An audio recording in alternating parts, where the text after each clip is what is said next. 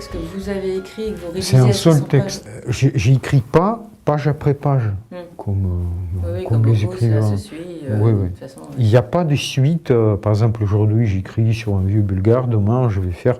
C'est le même roman, mais je vais faire sur un autre personnage. D'accord. Et comme ça, je mets tout. Je mets ajouter, ajouter un, ajouter un, ajouter un. Et c'est comme ça que je procède. Et après, je choisis, évidemment, ce qui me convient, ce qui me convient moins, ce qui me convient pas du tout. Par exemple, tout ce qui est gris, pour moi, ça veut dire qu'il faut retravailler assez rapidement. Ça veut dire ça me satisfait. Non.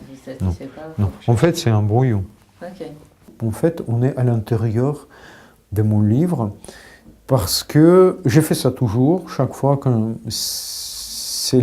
ma maladie vient vers le stade terminal, ça veut dire il faut terminer le livre. Je l'imprime, mon livre, c'est un brouillon, et je le colle au mur pour me retrouver à l'intérieur. J'ai le besoin profond de m'enfermer dans mon écriture et de me retrouver à l'intérieur de quelque chose qui est plus grand que moi. 1800 pages, je dois compresser, nettoyer, dégraisser jusqu'à ce que 600 pages sortent déjà comme des chatons. Ouais.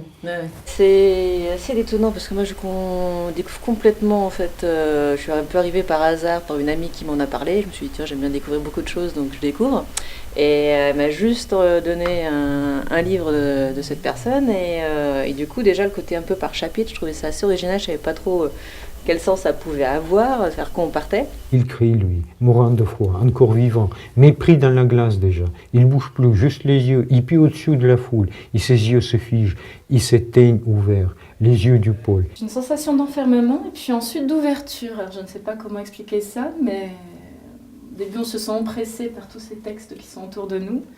Et puis quand on entre dans les textes, enfin dans les quelques textes que j'ai lus, oui, il y a une ouverture qui se fait sur un autre univers.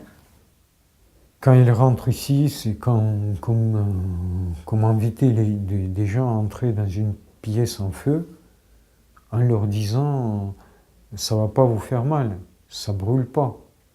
Mais s'ils sont venus, ils cherchent quelque chose. Pas seulement ils veulent partir de leur solitude, ils veulent quitter leur solitude, mais non, ils veulent trouver quelque chose. Donc je pense que ça... Je veux qu'il soit ailleurs, ne serait-ce que pour une minute, qu'il soit ailleurs. Et je leur donne cet ailleurs un petit peu.